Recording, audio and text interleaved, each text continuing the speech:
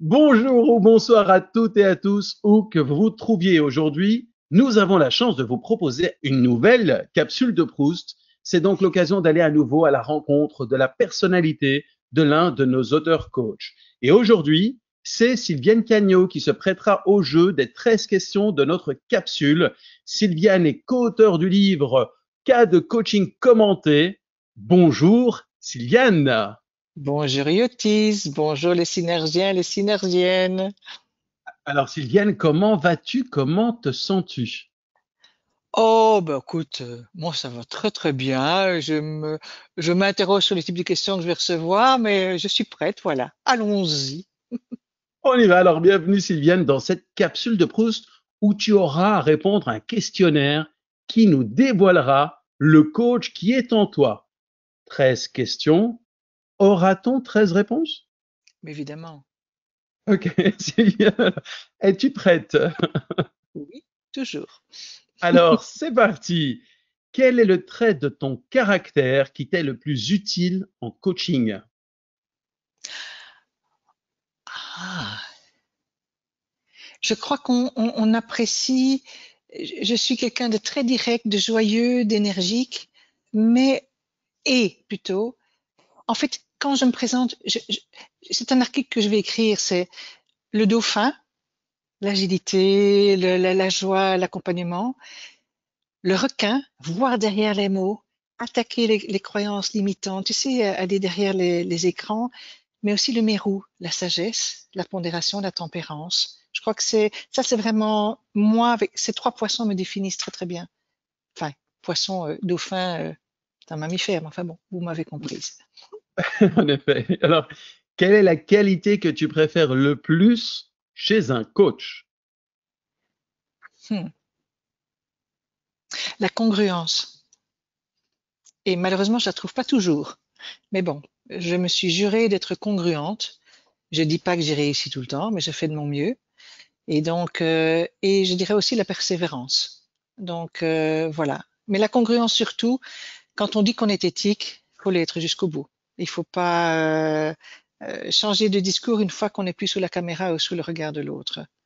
C'est être soi, c'est walk the talk the talk. Une fois, comme disent les Anglais, c'est vraiment bien. C'est dire non, faire ce que l'on dit et dire ce que l'on pense réellement. Alors, quel est le plus grand défi que tu as relevé dans ta carrière de coach? Me relever chaque fois parce que j'ai créé des institutions qui continuent à exister, j'en suis sortie ou on m'a sortie, c'est la vie qui le dit, c'est pas très grave. Et chaque fois, en fait, j'ai une foi. Je crois à fond dans l'univers. Je sais que je ne sais pas encore ce que l'univers me prépare, mais je sais que ce qu'il m'amène sera bon pour moi, mais je ne le sais pas encore. Et ça m'a sauvée, mais dans toute ma vie, et ça continue à l'être. Donc, je suis surprise par ce qui se passe, et puis je regarde et je dis, en quoi j'apprends? Il n'y a pas d'expérience négative, je n'ai que des apprentissages.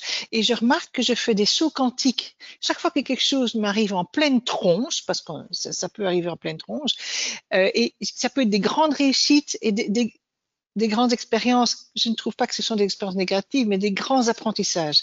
Des apprentissages sur moi-même, sur la façon. Et je me rends compte que j'ai toujours une dose de responsabilité dans ce qui se passe, mais j'ai aussi mon libre arbitre. Et donc, j'ai cette capacité de résilience qui, waouh, et je suis très bien entourée aussi. J'ai un fils merveilleux, j'ai un compagnon merveilleux, j'ai des amis merveilleux. Enfin bon, bref, tout se passe bien. Voilà. Alors, si tu étais une petite souris et que tu avais Mhm. la possibilité d'observer la pratique d'un coach que tu apprécies particulièrement, qu'est-ce que tu irais regarder plus précisément? Hmm. Je voudrais entrer dans, dans son préfrontal et aller chercher sa capacité de création, sa capacité d'être en dehors des cases. Un grand coach, pour moi, il a la capacité de déjanter, la capacité de ne pas se prendre au sérieux, il a la capacité de lire entre les lignes, d'écrire entre les lignes. Il crée et c'est un danseur, c'est un danseur. Mais il va pas compter les pas. Ça, c'est fini. On compte plus les pas. On est soi, on avance. Et quoi qu'il vienne, quelle que soit la musique, quelle que soit la danse, on sait qu'on sait danser. Donc, c'est aller voir sa capacité. Donc, c'est très préfrontal, finalement. Je voudrais aller chercher là. Mais je serais pas une petite souris. Je serais, à mon avis, un microscope ou, Un voyage dans les neurones. absolument. Absolument. Alors justement, si tu avais un super pouvoir, quel serait-il et pourquoi? De rendre les gens heureux. En fait, il y a une phrase que j'adore de Bouddha c'est apprendre à être séduite avec ce que l'on a déjà. Il y a l'habituation qu'on a, c'est-à-dire l'habitude qu'on a qui fait qu'on est plus content de la couleur de son jardin, de l'herbe de son jardin, qu'on veut voir ailleurs. Et on oublie de regarder ce que l'on a. Moi, c'est une chose, j'ai pas dit que j'y suis arrivée tout de suite, mais il m'a fallu du temps, mais j'y suis arrivée. Je suis heureuse avec ce que j'ai. Je vis dans la gratitude. Et donc, je trouve que c'est important d'avoir cette capacité, je demande, de pouvoir regarder avec simplicité, avec, avec beaucoup d'humilité aussi. Et donc, et avoir des yeux d'enfant. Je me souviens un jour avec une collègue coach que j'aime beaucoup, elle m'a fait découvrir que il me manquait à l'époque les yeux de la déesse Bastet. Tu sais, c'est le chat égyptien. C'est la Mhm. capacité de revenir vers mon âme d'enfant. Alors moi, je suis de plus en plus jeune dans ma tête, je suis de plus en plus fun, j'arrête pas de rigoler, la vie est belle, la vie est courte, et on a tous des aléas, on a tous des problèmes, santé, amis, décès, enfin bon, tout. Mais c'est la façon dont on les perçoit qui compte. Et moi, j'ai décidé, parce que c'est une décision, de chercher l'apprentissage. Et donc, je suis What's up, Pussycat? Qu'est-ce que tu m'amènes là encore? Donc, je regarde et je regarde avec C'était il y a curiosité. combien de temps ce switch? Eh bien, il y a 3 ans. Il y a 3 ans, effectivement. Il y a un moment, je m'étais endormie dans ma vie. Et puis, c'est un petit coquin, l'univers, hein. Il te fait faire un saut quantique au moment où tu ne t'entends pas, ou au moment où tu as besoin d'être réveillé. Et moi, c'est vrai que plusieurs fois dans ma vie, je me suis engluée dans une routine qui fait que je perdais ma performance et que je devenais plot-plot, en fait. Bon, moi, tu sais, voilà, c'était acquis. Non, c'est pas acquis. Il n'y a rien qui est acquis. Rien. Ça aussi, j'ai compris. Rien n'est acquis. Tu peux être bien, et c'est pour ça qu'il est important, une de mes philosophies de vie, c'est carpe diem, c'est l'instant présent, c'est Eckhart Tolle, c'est le pouvoir du moment présent, c'est la nouvelle terre, c'est vraiment une de mes philosophies de vie, quoi, c'est vraiment ça. En tout cas, je connais la suite des questions. Toi, tu ne les connais pas. C'est assez amusant quand j'entends tes réponses de faire le lien avec les prochaines questions. La loi de Qu'est-ce l'attraction, tac, tac. Alors, c'est l'univers. Alors, qu'est-ce qui te fait rire aux éclats? Oh, plein de choses, mais alors là, parce que j'arrête pas de rire aux éclats. Euh, tu sais, je peux pas tout dire quand même. Mais non, Il n'y a pas de c'est limite plus qu'une ici. blague. Non, non, non, non, mais c'est mon fils qui va faire une blague, c'est mon compagnon qui va me faire un mouvement, va me faire hurler de rire. C'est une blague, c'est un petit film que je vais voir. Je vais chercher des clés chez le cordonnier. Il me dit, c'est grave, docteur. Puis on s'est retrouvé à faire du Louis Jouvet. Bizarre, vous avez dit bizarre. On a éclaté de rire tous les deux. Moi, j'éclate. Ah oui, un truc qui m'a fait mais hurler de rire. Je suis à Moscou. On est en 2014. Je parle, je parle un tout petit peu le russe, mais pas suffisamment que pour pouvoir vraiment me débrouiller. Et je suis dans une boucherie parce que je suis dans un Airbnb parce que je vais donner cours à Moscou. Et donc, je voudrais acheter de la viande. Je vois de la viande blanche devant moi et je demande à la bouchère, je fais, et elle me répond, non, on a fait le dindon. Et tous les gens dans la boucherie ont éclaté de rire. C'est un de mes plus beaux souvenirs de Moscou.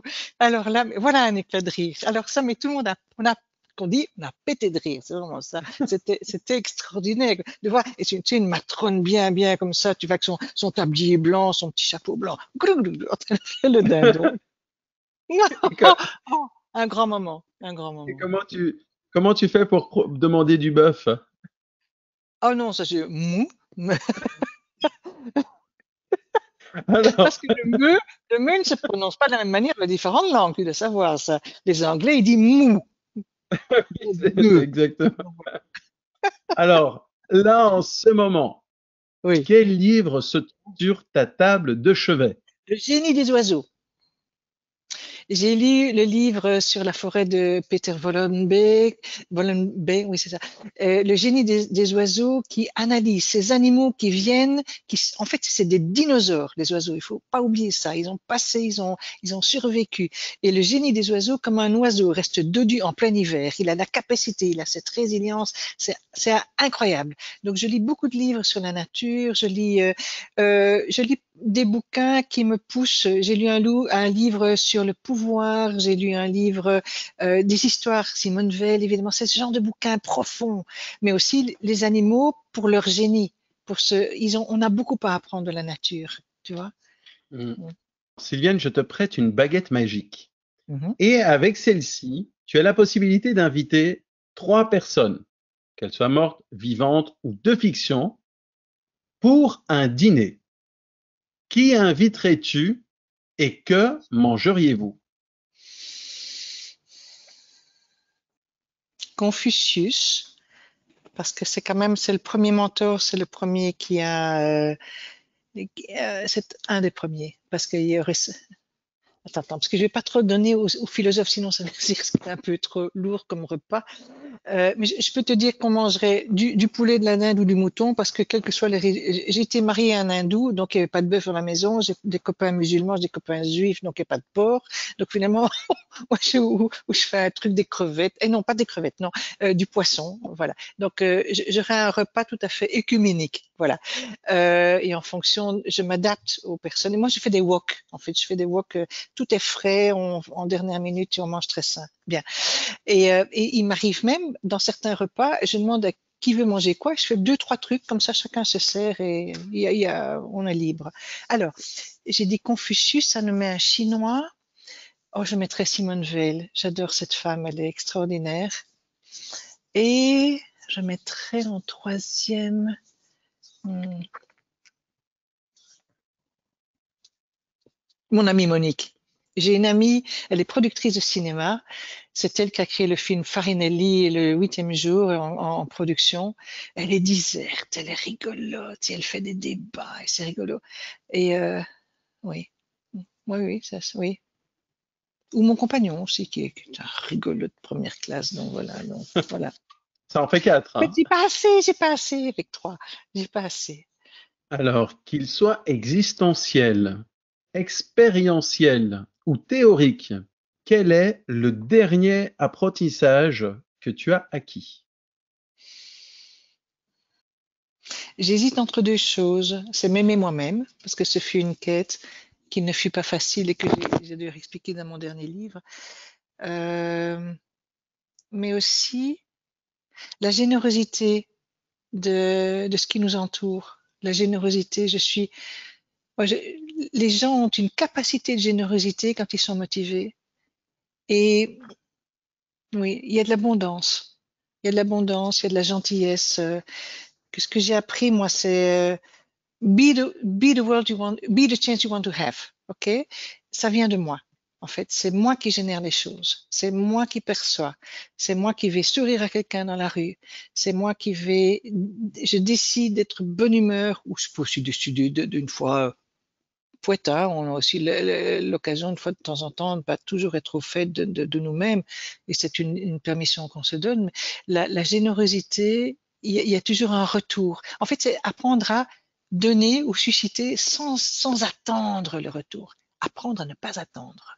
En fait, j'adore cette phrase. Je vais la dire en anglais, je vais la traduire. C'est change your expectations into gratitude and your life will change. Donc, c'est changer ses attentes en gratitude et ta vie change. Donc, moi, je me lève le matin avec un merci. J'ai de la gratitude. Je regarde, j'ouvre mes yeux. Waouh! J'ai la chance. Mais je sais aussi que c'est moi qui ai provoqué ma chance. Il y a des Hmm. trains dans ta chance qui passent. Je me souviens très bien, j'avais 22 ou 23 ans, je sortais de l'université. On m'a appelé en disant, Mademoiselle Cagnot, il y a un stage qui vous attend, si vous voulez, à Singapour pour IBM. Je dis, je dois décider quand? Tout de suite. Je dis, oh mon Dieu, j'ai 3 chats, j'ai un appartement, qu'est-ce que je vais faire? Je dis, ok, je prends. Eh bien, ça, c'est un train de la chance, il passe une seconde. C'est comme un train dans une gare. Tu loupes le train, ben il part. Et ça, j'ai appris aussi. Donc, tu sais, j'ai du mal à me limiter à un apprentissage sur 10, puisque justement, il y a de l'abondance. Hmm. Voilà. Alors, quelle est ta plus grande source de motivation? Je crois la foi, mais aussi, euh, ma mission de vie, j'ai découvert quand j'avais 40 ans, c'est transmettre. Et ça me guide vraiment. C'est mon, j'ai une petite phrase ici au-dessus de moi. My life has a meaning. Ma vie a vraiment un sens. Et ce sens, c'est transmettre. Que ce soit en tant que maman, en tant que formateur, en tant que mentor, en tant que coach, bien sûr. Euh, on a des rôles où on peut transmettre. Et moi, ce que j'aime transmettre, il y a les connaissances, mais c'est surtout un état d'esprit. C'est le mindset. C'est un état d'esprit, c'est une façon de voir les choses. Et si je peux contribuer, ah oui, et alors l'amour inconditionnel. Moi, écoute, dernièrement, je suis autant en Russie qu'en Ukraine, et avec le même discours. Et moi, je souhaite être une transmetteuse d'amour agapé. Et je t'assure, c'est pas du pipeau.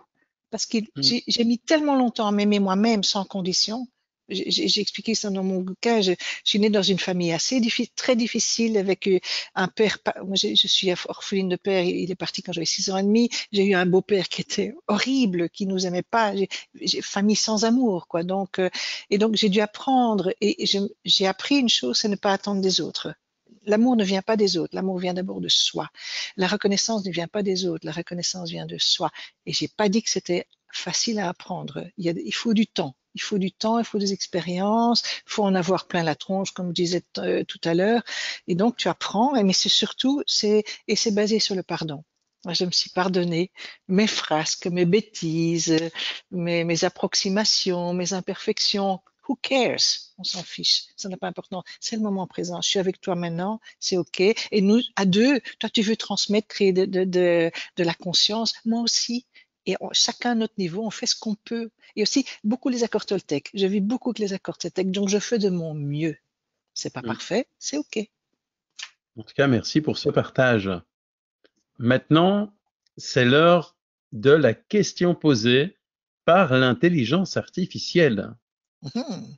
Alors, je te préviens, elle est en deux étapes, cette question. Donc, la question posée par l'intelligence artificielle. En tant que coach expérimenté, comment percevez-vous l'évolution et l'avenir à long terme du domaine du coaching dans un monde en constante mutation et comment votre ouvrage peut-il aider les futurs coachs à s'adapter à ces changements et à relever des défis qui en découlent? Je dirais, pouvez-vous répéter la question? Est-ce que tu veux que je te la Stéphanie de pose Monaco. Stéphanie de Monaco. Bien. je Je vais les ai tu veux connus. que je te la pose Non, non, ça en va, c'est deux bon. étapes? C'est bon. Non, Ok. c'est bon, c'est bon, c'est bon. Moi, je vois toute une série d'évolutions. D'ailleurs, dans le cas de coaching, on a un chapitre sur l'évolution du marché depuis 2008, donc on l'a analysé. Et l'intelligence artificielle en fait partie également. Mais c'est pas là-dessus que je voudrais venir. Il y a des grandes tendances. C'est que euh, moi, je suis un coach exécutif, donc je travaille des cadres d'entreprise. Aujourd'hui, et je remarque que l'ICF a embrayé. Au début, en 2006, il était hors de question de donner une information. Le client devait aller la chercher par elle-même. Aujourd'hui, tu as un exécutif en face de toi, tu as l'info, mais tu as la permission, et l'ICF l'a reconnu, de la donner, mais de façon détachée. Donc moi, j'ai une analogie que je donne à tout le monde. Il ne faut pas donner le menu imposé, il faut proposer le buffet. Donc tu donnes des infos, et la personne prendra, et si elle prend pas ton plat que toi tu as mis 3 heures à préparer, qu'elle plat, le plat, l'hamburger d'à côté, c'est son choix. Mais toi, tu as mis ton plat bien préparé et que tu estimes avec tout ton cœur et ton expérience, il est là. Mais j'ai pas de secret. J'ai passé les 60 ans maintenant. Je sais que je ne les fais pas, enfin j'espère. Et je me rends compte d'une chose, c'est qu'il y a le rôle de mentor qui vient à côté du rôle de coach. Que ce soit mentorat pour les autres coachs, en plus de la supervision, la mentorat non seulement sur les compétences de coach, mais aussi sur la façon de vivre le coaching et la supervision parce que tout coach en a besoin. Et il y a aussi le cadre d'entreprise, l'exécutif. Il y a de temps en temps, on dit, allez, Sylviane, donne-moi ton avis. Mais si je suis coach, je dis, ben non, je peux pas. Alors, j'ai ma petite phrase. Je change de casquette. Tu me veux en tant que mentor pendant un certain... Oui, allez, vas-y. Ben, je change de casquette, mais ça doit être clair. Mon rôle est clair. Le rôle évolue et un cadre n'a pas le temps. Il est pressé parce que la rapidité est tellement grande. Alors, tu parlais d'intelligence artificielle. Moi, je travaille aussi avec ChatGPT. Dernièrement, j'ai demandé un argumentaire pour une propale. Ben, écoute, j'ai le chat, réécris-moi ce paragraphe. C'était en anglais. J'ai amélioré mon anglais. Il a amélioré mon anglais. J'étais très contente. Voilà. C'est un robot, c'est fait pour.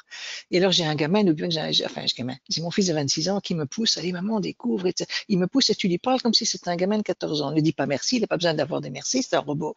Moi, je dis, bon, ok, mais je dis quand même merci au robot. Enfin, bref.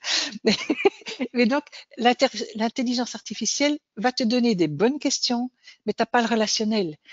Alors, merci Est-ce que Sylviane. j'ai répondu vraiment à la question? Parce que comme elle était longue, je ne sais pas, il y avait des morceaux dans ta question. On J'espère que a j'ai... compris en tout cas que on peut, en tout cas, tu nous parles de casquette, d'utiliser le coaching et de pouvoir switcher de casquette et Oui. qu'on retrouve cela dans ton livre 4 coaching.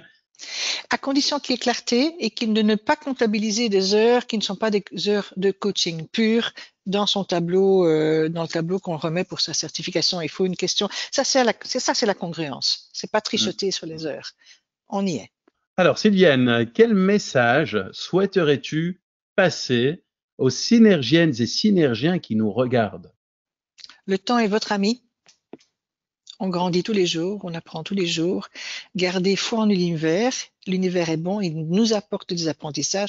Il peut y avoir beaucoup de choses qui sont perçues comme des déséquilibres, des injustices, mais regardez comme les événements derniers qui nous sont passés, le Covid, la guerre en Ukraine, a créé un nouveau mouvement. Ça change énormément. Donc, j'ai envie de dire en deux temps, donnez-vous le temps tout en sachant que le temps est de plus en plus rapide. Donc, il y a cette tempérance. Moi, j'ai la foi, j'ai une foi dingue en cet univers. J'ai foi aussi dans les gens et j'ai foi dans la générosité des gens. Regarde, quand il y a des télétons, les gens sont là. Quand quelqu'un tombe dans les rues, mais de plus en plus, les gens, le Covid nous a fait poser la question, comment va ta santé? Avant, les gens, ça va, c'était automatique. Maintenant, quand on pose une question, ça va, il y a plus de profondeur déjà. Donc, tu vois, chaque élément nous apprend à grandir. Donc, je pense que c'est voir la vie comme un grand apprentissage, une leçon de tous les jours. Je crois que c'est vraiment ça. Et comme ça, on garde des yeux d'enfant, on garde la curiosité. Et c'est ça qui fait un vrai coach, un bon coach, c'est la curiosité.